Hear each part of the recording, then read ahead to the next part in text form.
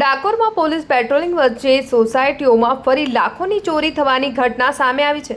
પ્રાપ્ત માહિતી અનુસાર ઠાસરા તાલુકાના ડાકોર ઉમરેઠ રોડ પર ભવન્સ કોલેજ પાછળની ધરતી 1 અને ધરતી 2 સોસાયટીમાં 14ની રાત્રે ચોરોએ 5 થી 6 બંધ મકાનના તાળા તોડી 1 લાખથી વધુનો મુદ્દામાલ ચોરી કર્યો છે।